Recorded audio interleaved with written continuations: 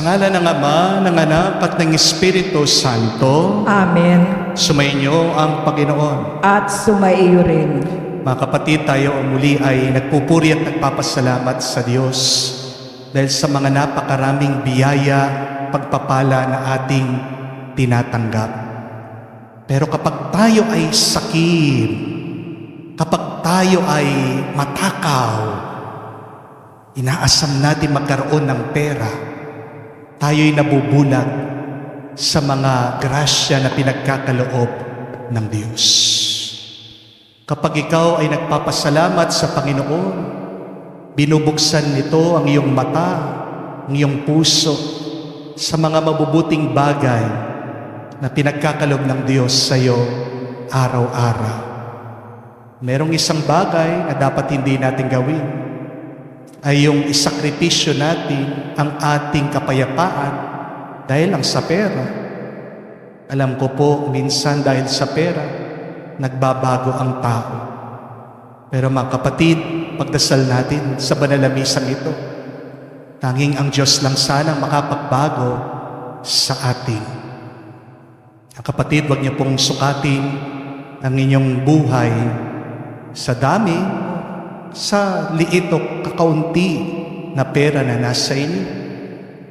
Dahil ang ating buhay ay mahalaga, may pera ka man o wala.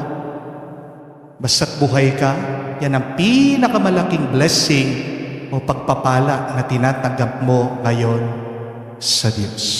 Hilingin natin ang kanyang gabay, naway masundan natin ang kanyang kagustuhan at higit pa sa pera ang iyong tatanggapin.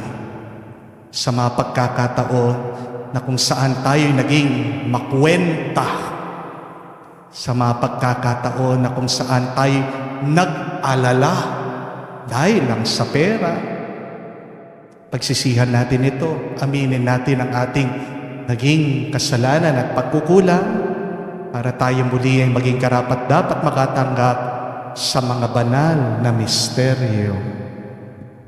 Inaamin ko Sa makapangyarihang Diyos at sa inyo mga kapatid, na lubha akong nagkasala sa isip, sa salita, sa gawa at sa aking pagkukulang. Kaya isinasamo ko sa mahal na Birheng Maria, sa lahat ng mga anghel at mga banal, at sa inyo mga kapatid, na ako'y ipanalangin sa Panginoong ating Diyos.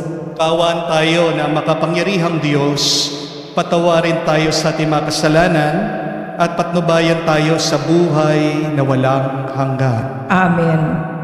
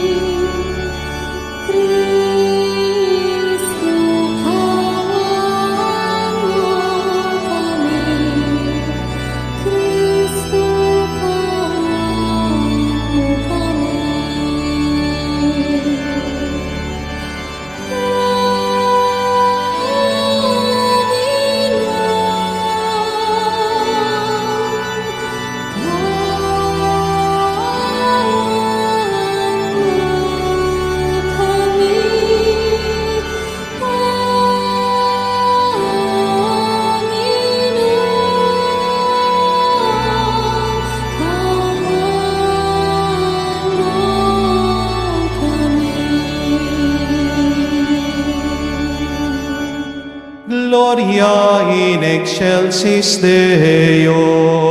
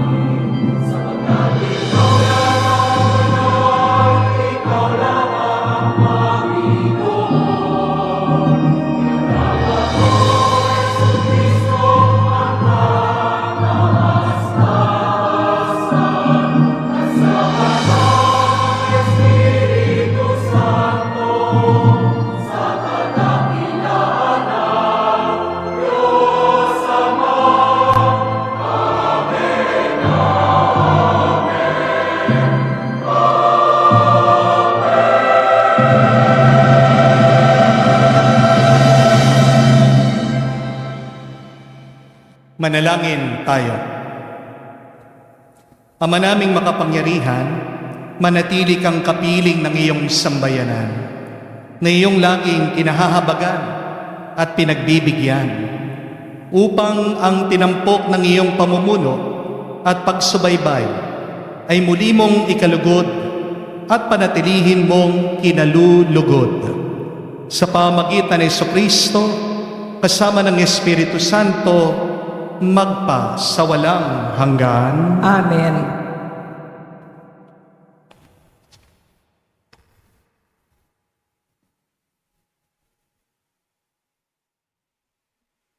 Pagbasa mula sa aklat ng mga ngaral.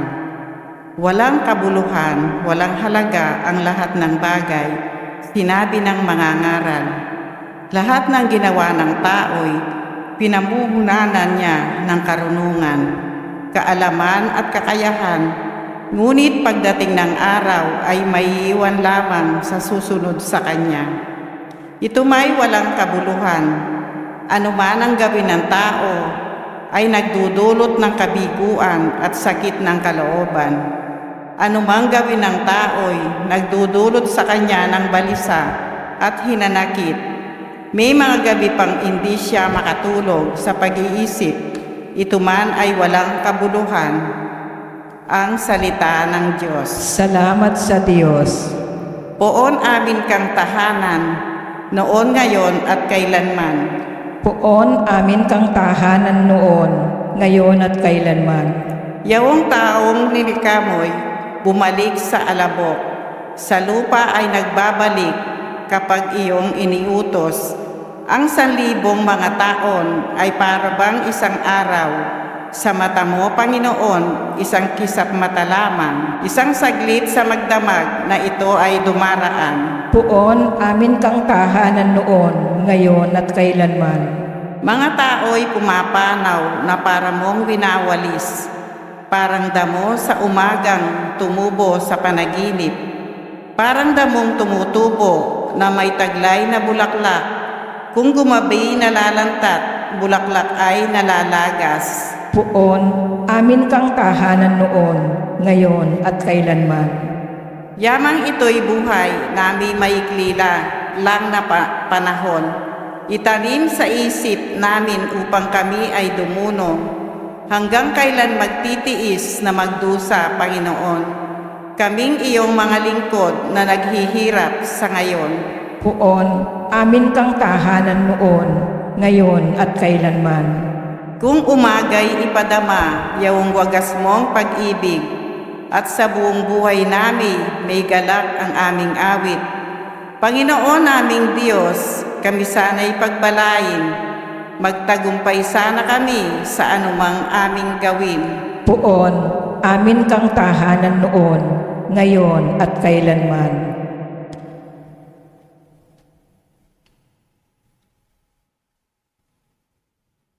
Pagbasa mula sa sulat ni Apostol San Pablo sa mga taga-Kolosas. Mga kapatid, binuhay kayong muli kasama ni Kristo, kaya't pagsumikatan nyo ay ang mga bagay na nasa langit na kinaroroonan ni Kristo na nakaupo sa kanan ng Diyos. Isaisip nyo ang mga bagay na panlangit, hindi ang mga bagay na panlupa, sapagkat namatay na kayo at ang tunay na buhay nyo'y natatago sa Diyos kasama ni Kristo. Si Kristo ang tunay na buhay nyo at pag siya'y nahayag, mahahayag din kayong kasama niya at makakahati sa kanyang karangalan. Kaya't dapat nang mawala sa inyo ang mga pitang makalaman, pangangalunya, kahalayan, mahalay na simbuyo ng damdamin, masasamang nasa, at ang pag-iimbot na isang uri ng pagsamba sa Diyos-Diyosan. Huwag kayong magsisinungaling sa isa't isa, yamang hinubad na ninyo ang dating pagkatao, pati ng mga gawa nito, at nagbihis na ng bagong pagkatao. Patuloy itong nababago ayon sa larawan ng Diyos na lumikha sa inyo, upang maging ganap ang inyong kaalaman tungkol sa Kanya. Kaya't wala ng pagkakaiba ang Griego at ang Hudyo, ang tuli at ang di-tuli, ang dayuhan at ang mabangis na tao, ang alipin at ang malaya. Kay Kristo, walang pagkakaiba ang lahat at siya'y sumasa lahat. Ang salita ng Diyos. Salamat sa Diyos.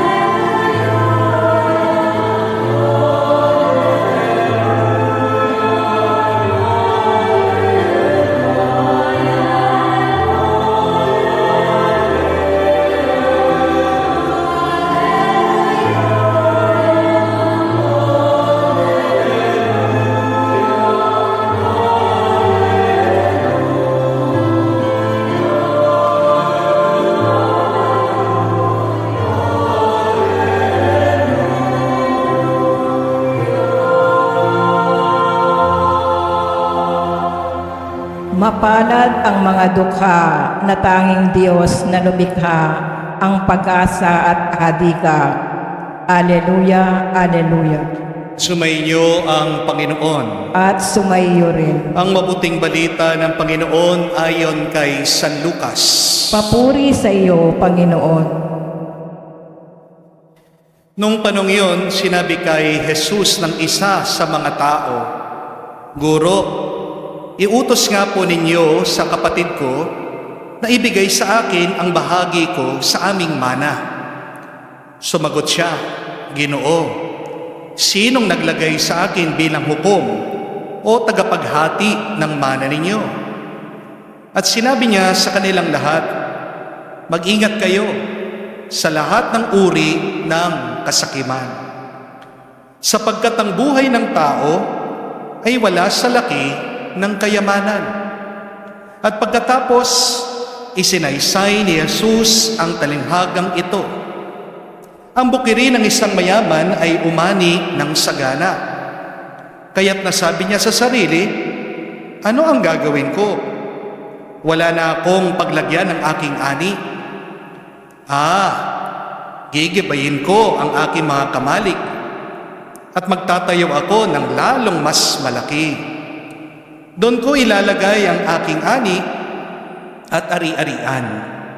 At sasabihin ko sa aking sarili, ayan, marami naman akong ari-arian. Hindi na ako kukulangin habang buhay. Kaya't mamamahinga na lang ako, kakain, iinom, at magsasaya. Ngunit, sinabi sa kanya ng Diyos, hangal. Sa gabing ito'y babawiin ka ng buhay. Kanino mapupunta mga bagay na inihanda mo? Ganyan ang sasapitin na nagtitipon ng kayamanan para sa sarili, ngunit dukha naman sa paningin ng Diyos. Mga kapatid, ang mabuting balita ng ating Panginoon. Pinupuri ka namin, Panginoong Heso Kristo. Magandang araw po muli sa inyong lahat and a blessed Sunday po sa inyong lahat. Tanong ko lang po, sino po sa inyo dito ang gusto ng pera? Taas ang kamay. Nahihiya pa. Ha? Alam niyo po kahit na mga mayayaman na kayo, yung iba sa inyo, alam ko gusto niyo pa rin ng pera. Amen? Bawal pong plastic dito. Bawal pong sinungaling. Di po ba? Masamang magsinungaling. Amen? Sino pong gusto ng pera? Taas ang paa. Tinaas nga ang paa. Of course. Lahat po tayo gusto natin ng pera. Amen? Dahil gusto niyo po ng pera, magbibigay po ako ng pera. Gusto niyo po ba? Of course. Sino ba ang ayaw sa pera? Ayan na libre na. Kaya lang, maglalaro muna tayo. Bring me. First come, first serve. Mapapasa kanya po itong 500 pesos kung dadalhin niya, ibibigay niya sa akin ang 1,000 pesos. Sino po? Sino po? Unahan. Ayan mabilis pa yung bata. Palapakan po natin siya. Okay, 500 pesos sa'yo. Sa akin ay 1,000 pesos. Thank you. Umalis agad. Pero, nalugi, Tingnan niyo po. Pinagpalit yung 1,000 sa 500. Yung nakakatawa, hindi po ba? Bakit nawalan ng common sense? Bakit nalugi? Bakit naloko? Di po ba? Ganyan ang ginagawa sa atin ng pagnanais natin, ng pag-aasam natin, ng katakawan natin sa pera. Nawawalan tayo ng katinuan. Amen?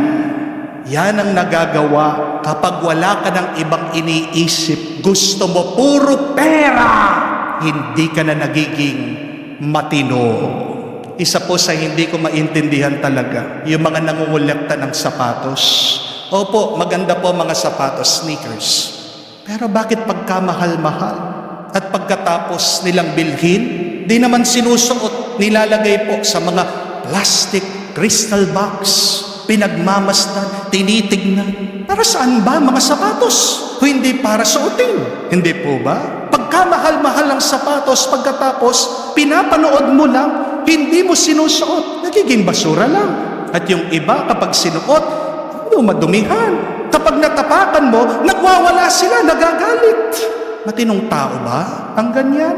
Matino rin bang tao yung kaya niyang idemanda ang mga kapatid niya dahil lang sa pera, dahil lang sa mana, dahil lang sa lupa? Kadugo mo yan, laman mo yan. Kahit na nangutang sa'yo yan, kung hindi nagbayad yan, diba, patatawarin mo, pagpapasensyan mo, huwag mo nang iisipin, hayaan mo, dahil yung kapatid mo, ikaw din yan. Isang katawan lang kayo. Hindi po ba? Pero bakit galit na galit ka sa iyong kapatid dahil lang sa pera pinag-aawayan niyo? Hindi po ba malungkot na kwento yan? Kaya mo bang matiis na ikaw, napakaginhawa ng iyong buhay, nagdurusang iyong kapatid? Hindi matinong tao yung kaya niyang matiis na maghirap yung kanyang kapatid. Di po ba? Hindi rin matinong ugali yung kumukuha ka ng proyekto sa gobyerno at pagkatapos hindi mo inaayos ang trabaho mo. Naningil ka. Wala kang ginawa. Kung meron ka man ginawa substandard, kakatulog ka pa ba? Habang ang sarap ng iyong kalagayan, ang daming mga taong lubog sa baha, merong ibang namatay, merong iba hindi makauwi sa kanilang mga tahanan. Kapag natitiis mo na kumuha ng pera na hindi mo pinagpaguran, Kapag wala kang konsensya sa paghihirap ng ibang tao, hindi lang may problema ang iyong pag-iisip, kundi may problema ang iyong kaluluwa. Amen? My dear friends, remember this. Having more money will not make you automatically a good person. Having a lot of wealth will not make you better. Amen? Minsan ang pagnanais mo nga na magkaroon ng pera at kayamanan, ang iyong pag-uugali nagiging malala. Amen? When you desire only money, you will become miserable and you will make other people miserable. Yan po ang sinasabi, pinapaalala sa atin ng unang pagbasa sa libro ng Ecclesiastes. Ang sabi, what profit comes from a man to all his toil and anxiety in his heart, which he has labored under the sun. All his days are sorrow and grievous occupation. Each night his mind is not at rest. Sulit ba ang pagkakaroon mo ng pera kung ang kapalit naman nito ay ang iyong konsensya? Para saan ang pera kung hindi ka naman ito ginagawang masaya? Sabi nga ng isang aktor, kahit na meron akong swimming pool, hindi ko naman magamit ito dahil napaka-busy ko. Buti pa doon sa mga umuupa ng swimming pool. Kahit na hindi sa kanila, sayang-saya sila. Sino ba talaga ang pinakamayaman? Hindi po yung punong-puno ng pera sa kanilang bangko. Ang tunay na mayaman ay yung taong punong-puno ng kapayapaan sa puso nila. Amen? And I just want to remind you, my dear friends, a rich person who only have money is actually poor. Kung puro ka lang pera, meron ka, di ka talaga mayaman. Mahirap ka talaga. Mayaman ka ba kung puro sakit na lang ang meron sa iyong pangangatawan? Papera ka nga, pero hindi naman kayo nag-uusap ng iyong asawa at mga anak. Yan ba ang tunay na mayaman? Mayaman ba talaga yung kahit na maraming ari-arian, mag-isa siya, malungkot siya, wala siyang kaibigan? Mayaman ba talaga yung tao na kung saan wala siyang kahulugan sa kanyang buhay, hindi niya alam ang kanyang gagawin, wala siyang misyon dito sa mundong ito, sa buhay na ito? Remember, when you lose money, you lose nothing. Because you can earn money back. When you lose your health, you lose something. Because half of your strength is gone. But when you lose your soul, you lose everything. Because you're losing your life and your life eternal.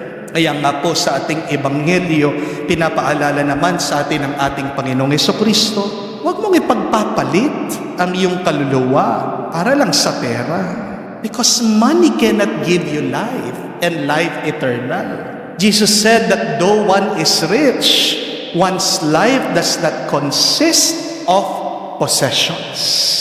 Hindi nasusukat ang ating buhay sa dami ng ating pera. Tandaan, hindi naman lahat ng mayaman ay pinagpala at hindi lahat ng mahihirap ay pinapabayaan. Hindi lang naman po pera at kayamanan ang blessing ng buhay na ito. Amen? Money does not make the world go round.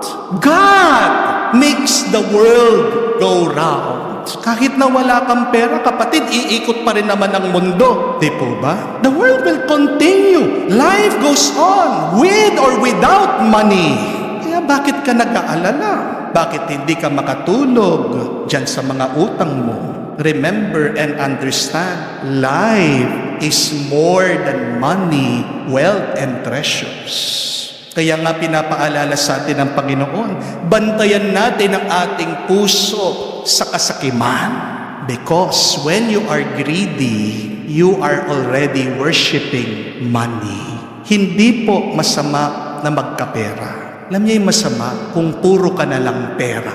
At ito po ang paalaala, huwag mong sasambahin ang pera. Palatandaan na sinasamba mo na ang pera at kayamanan. Eh kung palagi na lang ito ang nasa isip mo, kung naghihirapan kang bitawan ito, ipagkaloob ito, mga kapatid, ginawa mo ng Diyos-Diyosan ang pera mo. Gamitin niyo po ang pera niyo. Di lang para maging masaya, para mag-enjoy sa buhay. Gamitin niyo ang pera niyo para sambahin niyo, paglingkuran niyo ang Diyos. If your money does not worship God, you are already worshiping money. Dahil ang nakakatakot na katotohanan ay sinasamba mo na ang iyong pera kapag kaya mo nang isakripisyo ang lahat para lang magkapera ka.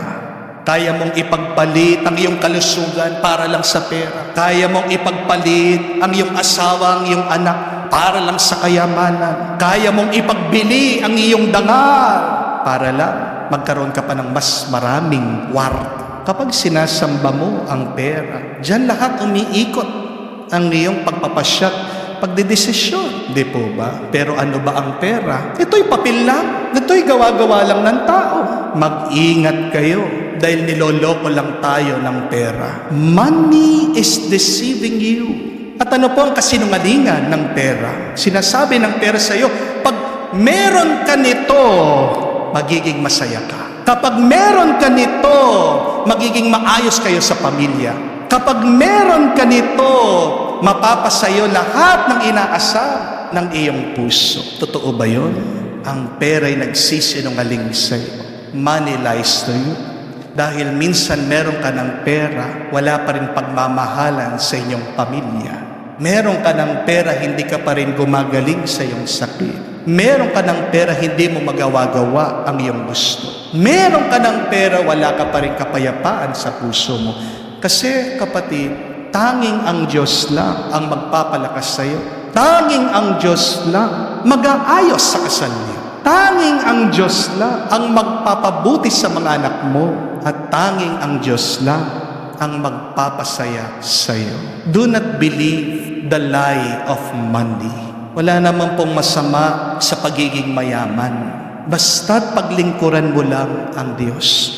Basta't handa kang mag-alay sa Diyos. Kapag kailangan niya ang pera na pinagkaloob niya sa iyo, galing yan sa Diyos. Hindi galing ang perang yan sa iyong katalinuhan, sa iyong lakas. Wala kang talino, wala kang lakas kung wala kang Diyos. Di po ba? Tandaan niyo yan. Huwag na huwag kang magiging alipin ng pera. Dahil kapag naging alipin ka ng pera, magiging kawawa ka, mababangkrap ka, maghihirap ka, mauubos ka. Amen? Tingnan niyo yung mga nalululog sa kasino. Walang yumayaman. Yung mga naa-addict sa online gambling, nadidepress. Yan ang kasinungalingan ng pera. Yan ang paninira ng kayamanan sa atin.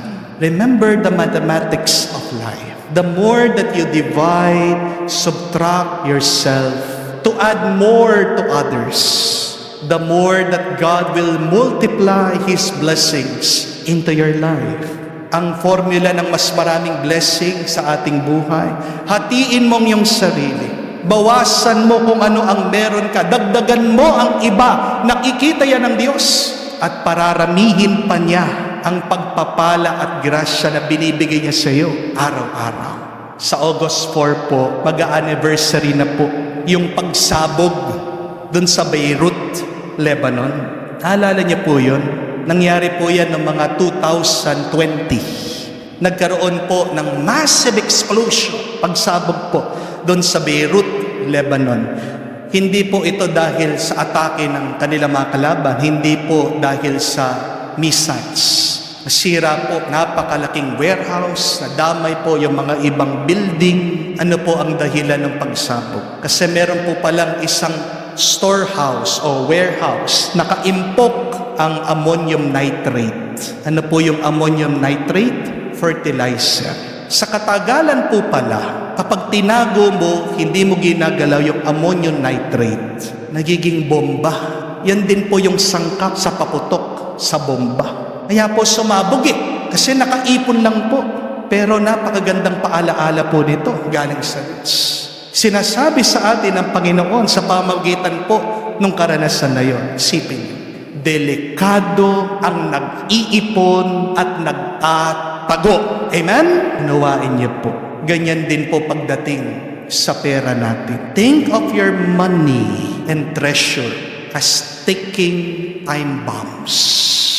Kaya nga ang habilin ng ating Panginoon, store for yourself treasure in heaven. At paano tayo magkakaroon ng kayamanan sa langit? Simple lang po, sa pamamagitan ng pagbibigay, pagbabahagi, paglilingkod, pagmamahal sa iba. Ang ginto mo sa langit ay hindi yung mga naipon mong pera, kung hindi yung iyong nabahagi. That is our treasure in heaven. Not the money that we have hidden, but the wealth that we have given. Hari nawa, maalaala po natin na ang pinakamahalagang kayamanan ay tanging Diyos lang. Dahil tanging Diyos ang magkakalob sa iyo ng kalayaan, ng kapayapaan, at buhay na walang hanggan. Huwag na huwag mong gagawing Diyos ang pera mo. Hindi ka maliligtas nito. Kapag Diyos mo ang iyong pera, kahit na anong dasal mo, wala kang matatanggap na pagpapala at kapayapaan. Mga kapatid, alam ko po, masarap ang magkaroon ng pera, pero baka nakalimutan niyo, mas masarap ang merong Diyos sa ating buhay. Amen? Magdasal po tayo sa banal na misang ito. Malayo po tayo sa kasakiman, sa pagnanais, sa magkaroon ng pera at kayamanan. Manalangin po tayo. Huwag po tayong magpabulag sa ating pagnanasa na magkaroon ng maraming pera. Lagi ka lang magpasalamat sa Diyos. Gagaan ang iyong kalooban. Palagi kang magpasalamat sa Diyos. Bubuksan niya ang mata mo sa tunay na mahalaga sa buhay na ito. At anong pinakamahalaga? Itong ating pasalamatan, kanyang pagmamahal, ang maglingkod sa iba, ang maging masaya. Dahil pag ikaw ay nagbabahagi, nagkakaroon ka ng kayamanan sa langit. Amen. Tumayo po tayo, pahayag natin ang ating pananampalataya. Sumasampalataya ako Sa Diyos amang makapangyarihan sa lahat, na may gawa ng langit at lupa. Sumasampalataya naman ako kay Heso Kristo, iisang anak ng Diyos, Panginoon nating lahat.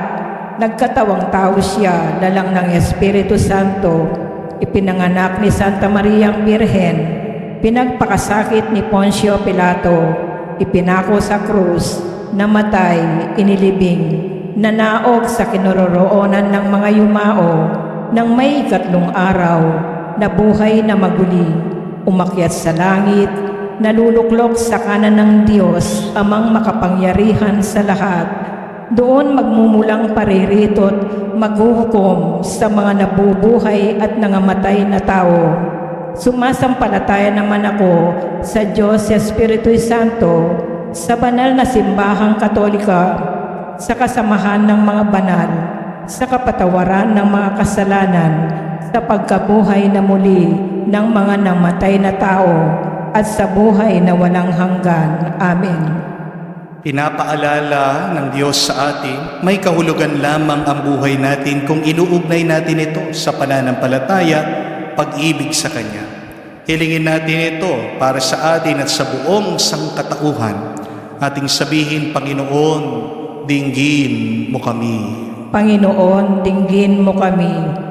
Naway ang buong simbahan sa pamamatnubay ng kanyang mga pinuno ay laging magbigay ng malinaw na halimbawa ng katapatan sa pagtataguyod sa mga pagpapahalagang makalangit. Manalangin tayo.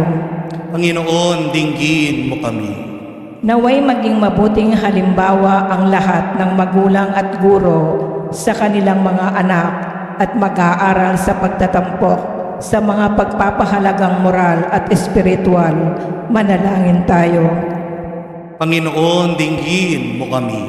Naway lahat ng nakaririwasa ay maglaan ng kanilang yaman sa ikatutugon sa mga pangangailangan ng kanilang mahihirap na kapatid. Manalangin tayo.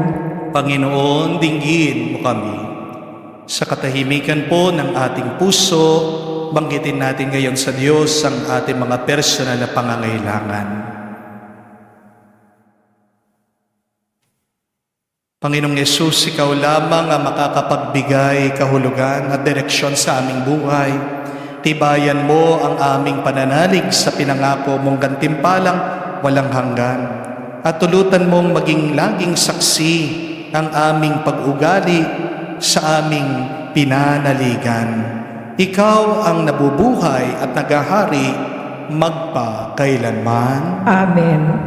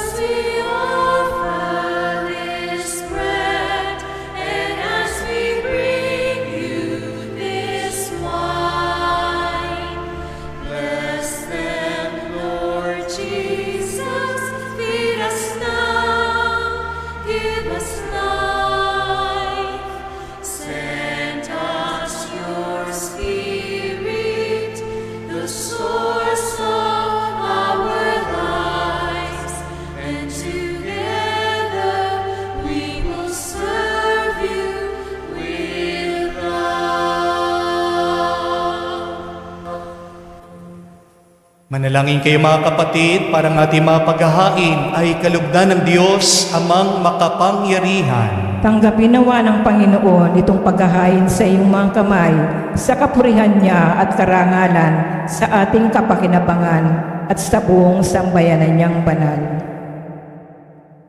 Ama naming lumikha para mo ng awa, gawin mong banal ang mga alay namin sa iyong kalugdan. At kami gawin mong haing sa iyong laging nakalaan. Sa pamagitan ni Kristo kasama ng Espiritu Santo, magpa sa walang hanggan. Amen. Sumainyo ang Panginoon. At sumaiyo rin. Itaas sa Diyos sa inyong mga puso at diwa. Itinaas na namin sa Panginoon. Pasalamatan natin ang Panginoong ating Diyos. Marapat na siya ay pasalamatan. Ama naming makapangyarihan, tunay nga marapat ikaw aming pasalamatan. Ikaw ang lumikha sa tanan. Ikaw ang nagtakdang magkaroon ng gabi at araw. Gayon din ang tag-init at tag-ulan. Ikaw ang humubog sa tao bilang iyong kawangis, na mapagkakatiwala ang mga siwa sa daigdig. Ikaw ngayon pinaglilingkuran sa pagganap sa pananagutan ng iyong pinagtitiwalaan sa pamagitan ng anak mong mahal. Kaya kaisa na mga anghel nagsisiawit ng papuri sa iyo. Nang walang humpay sa kalangitan, kami nagbubunyi sa iyong kadakilaan.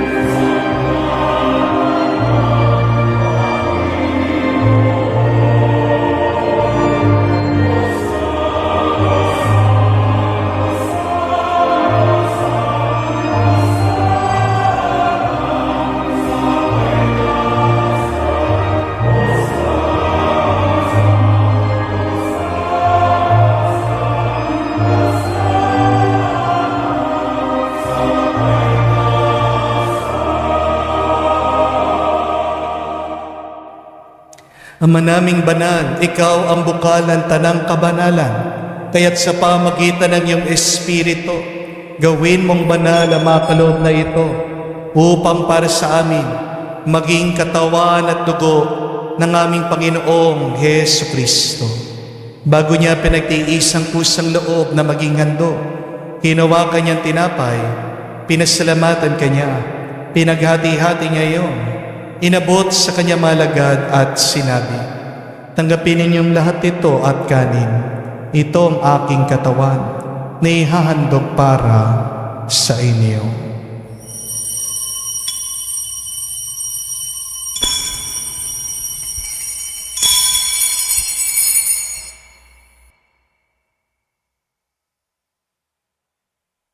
Gayon din naman na matapos ang hapunan, hinawakan niyang kalis. Muli kanyang pinasalamatan. Inabot niyang kalis sa kanyang malagad at sinabi, "Tanggapin ninyong lahat ito at inumin. Itong kalis ng aking dugo, ng bago at walang hanggang tipan. Ang aking dugo na ibubuhos para sa inyo at para sa lahat, sa ipagpapatawad ng mga kasalanan. Gawin ninyo ito sa pag-alaala sa akin."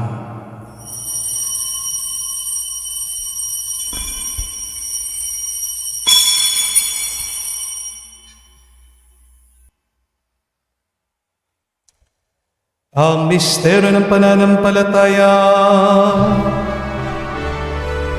Aming ipinahayag na namatay ang iyong anak, nabuhay bilang Mesiyas at magbabalik sa wakas para mahayag sa lahat. Ama, ginagawa namin ngayon ang pag-alaala sa pagkamatay muling pagkabuhay ng iyong anak. Kaya tinialay namin sa iyong tinapay nagbibigay buhay at ang kalis sa nagkakaloob ng kaligtasan. Kami nagpapasalamat dahil kami iyong minarapat na tumayo sa harap mo para maglingkod sa iyo. Sinasamo namin kami magsalo-salo sa katawan at dugo ni Kristo ay mabuklod sa pagkakaisa sa pamagitan ng Espiritu Santo. Ama, lingapin mong iyong simbahan na ganap sa buong daigdig. Puspusin mo kami sa pag-ibig. Kaisa ni Leon, ang aming Santo Papa, Florentino, aming Arsobispo ng Tanang Kaparian. Alalahanin mo rin ang aming mga kapatid na nahinlay may pag-asang sila'y muling mabubuhay. Gayon din naman lahat ng mga pumanaw. Kawan mo't sila't patuloyin sa iyong kaliwanagan. Kawan mo't pagindapatin kaming lahat na makasalo sa iyong buhay na walang wakas. Kaisa na mahal na Birhen Maria, Ina ng Diyos. Kaisa ni San Jose, ang kanyang malwalhating esposo. Kaisa ng mga apostol, lahat ng mga banal na namuhay dito sa daigdig na kalugod-lugod sa iyo.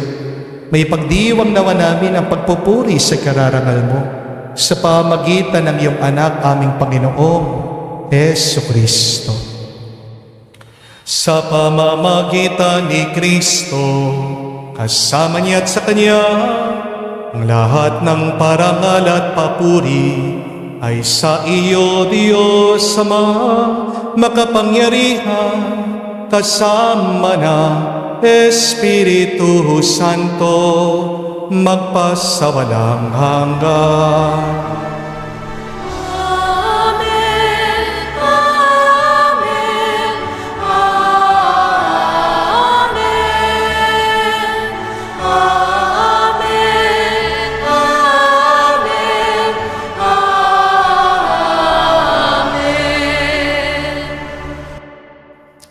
Sa nakagaling na utos at turo ni Jesus sa Panginoon natin na Diyos, ipahayag natin ang lakas, loob.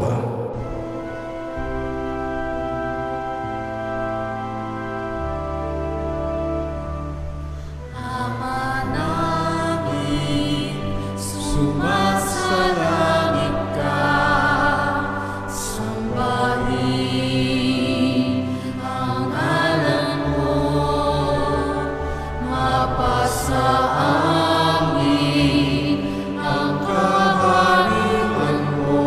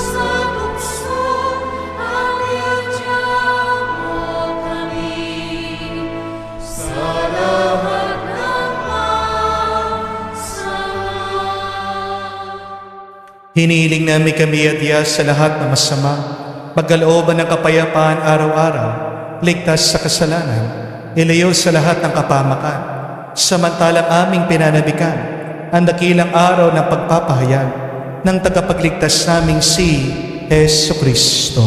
Sapagkat iyo ang kaharian at ang kapangyarihan at ang kapurihan magpakailanman. Amen. Panginoong Hesu Kristo, sinabi mo sa mga apostol, kapayapaan ang iniwan ko sa inyo, ang aking kapayapaan binibigay ko sa inyo. Tunghayan mo ang aming pananampalataya, huwag ang aming pagkakasala. Pagkalooban mo kami ng kapayapaan at pagkakaisa, ayon sa iyong kalooban. Kasama ng Espiritu Santo, magpa sa walang hanggan. Amen. Kapayapaan ng Panginoon ay laging sumainyo. At sumainyo rin. Magbigayan po tayo ng kapayapaan sa bawat isa. Peace with you po. Kapayapaan po sa inyong lahat.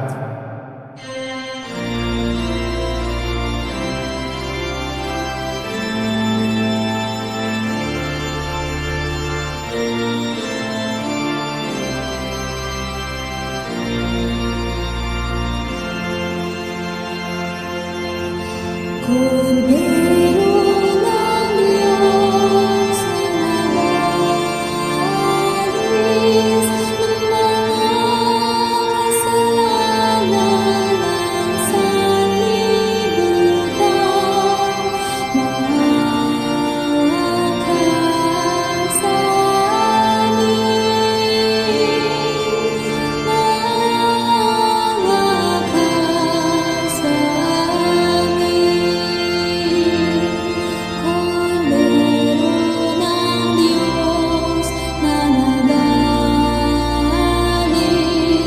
ng mga kasalanan ng sanlibutan,